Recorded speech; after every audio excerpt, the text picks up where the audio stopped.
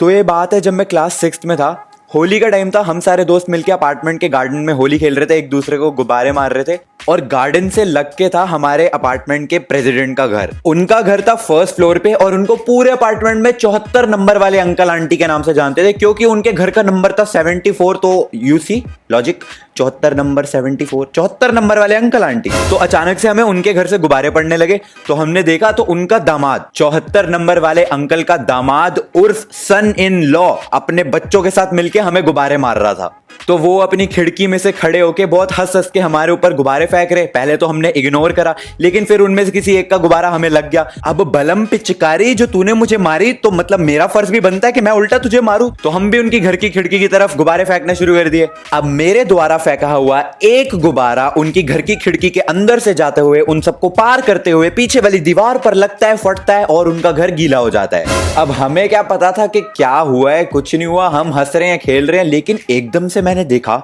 74 number वाले uncle का दामाद उर्फ सन इन लॉ बोगला जाता है। मतलब उसका एक्सप्रेशन हंसी से कब गुस्से में बदल गया कुछ समझ नहीं आया। एंड नेक्स्ट मोमेंट पे वो बंदा खिड़की से गायब, वो वहां पे नहीं खड़ा था। हमें लगा पता नहीं कहां गया, और एकदम से मैं देखता हूं 1 सेकंड बाद वो बंदा भगते हुए जीने से उतर के नीचे आ रहा है हमारी तरफ। अब मेरे फ्रेंड्स कुणाल, अतुल और मैं, हम तीनों जन्मजात रनर्स थे। लोगों की खिड़कियां तोड़ तोड़ के घरों की तरफ भागने का हमें बचपन से ही शौक था। ये भी वैसी सी एक सिचुएशन थी, किसी के घर पे हमने गुब्बारा मारा जिससे उनका घर गीला हो गया। तो भाई हमें लगा भागो, तो हम भागे। मैं घर की तरफ भागा, बहुत तेजी से भागा, और घर के रास्ते में ही था कि मेरी गुद्दी को, मेरी गर्दन को पीछे से किसी ने पकड़ लिया बहुत जोर से। मैं पलटा, मैंने देखा 74 नंबर वाले अंकल का दामाद और सन इन लॉ अपने दोनों हाथों से मेरे गले को बहुत प्यार से नहीं, बहुत ही गुस्से में दबा रहा है, और ऐसा दबा रहा है कि मुझे सांस तक नहीं आ रही। I can't breathe. और मैं उस बंदे को बोल रहा हूं, भैया भैया मुझे सांस नहीं आ रही, भैया भैया प्लीज छोड़ दो, मेरे आंसू निकल रहे हैं, मैं रो रहा हूं। वो बंदा,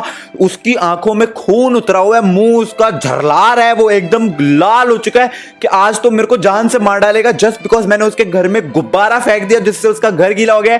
मैं रोते रोते उसे बोल रहा हूं, भैया भैया छोड़ दो, भैया भैया प्लीज छोड़ दो। लेकिन वो तो कह रहे तूने गुब्बारा कैसे फेंक दिया मेरे घर में। और अब हमारे अपार्टमेंट का सुपरस्टार उर्फ हमारे अपार्टमेंट का गेट कीपर, जो ये पूरा प्रदर्शन अभी तक दूर से खड़ा होकर देख रहा था, वो अचानक से आता है, उस बंदे के हाथ मेरी गर्दन से हटवाता है। And as you must be knowing, जब ऐसा कुछ कार्यक्रम होता है किसी अपार्टमेंट में, तो अपार्टमेंट की आंटियां झुंड बना के इकट्ठा हो जाती हैं पूरा कार्यक्रम का नुमाइंदा करने के लिए, सीआईडी की तरह इंस्पेक्ट करने के लिए, ताकि चुगलियां करने में आसानी हो सके। इतने में अतुल भाग के जाता है मेरे घर पे और मेरी मम्मी और मेरी बहन को बताता है कि निश्चय उर्फ ट्रिगर्ड इंसान का गला दबाया जा रहा है बाहर। और 74 नंबर वाली आंटी भी आ चुकी है नीचे, अपने दामाद की करतूतों का पश्चाताप करने उर्फ सॉरी बोलने के। मेरा दामाद तो है ही जन्मजात हिलेला। अब मेरी मम्मी आती है, मेरी रोती हुई हालत देखती है, 74 नंबर वाली आंटी को बोलती है, ये कोई तरीका होता है कि एक बच्चे का गला दबाया जा रहा है। लेकिन इधर मेरी स्वैग वाली सिस्टर उर्फ मेरी बहना, शी गॉट नो चिल, वो आती है 74 नंबर वाली आंटी के दामाद उर्फ सन इन लॉ को सीधा इंग्लिश में सुनाना शुरू करती है। मुझे एक वर्ड नहीं समझ आया कि मेरी बहन ने उसको क्या बोला। इंग्लिश में ऐसी ऐसी लाइनें बोल गई, मेरे सर के ऊपर से बाउंसर्स निकल गई। You idiot, do you know how to behave with kids? Your mental plethora seems to be a little distorted. Your psychological epicenter is not in the center. मुझे कोई आइडिया नहीं है ये मैंने क्या रिकॉर्ड कर दिया है, पर उसने भी कुछ ऐसा सही बोला था जो मुझे समझ नहीं आया था। हाँ, तो मेरी बहन उसको बहुत सुनाती है, और इधर अपार्टमेंट की आंटियां जो चुगलियां करना शुरू कर चुकी है।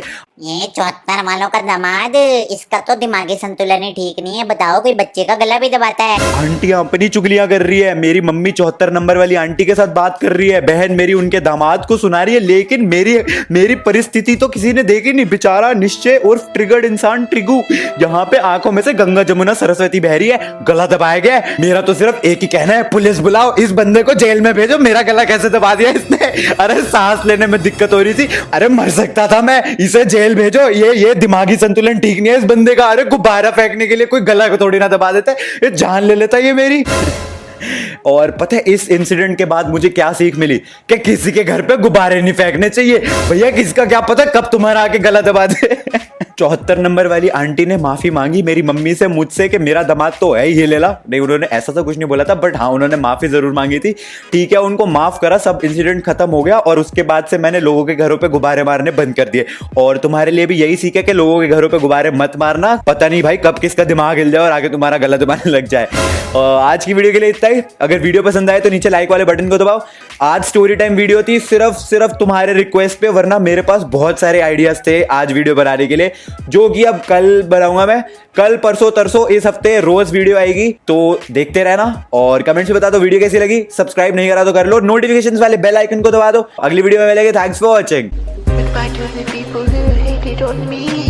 Goodbye to the people who loved me. Goodbye to the people who trusted me. Goodbye to everybody.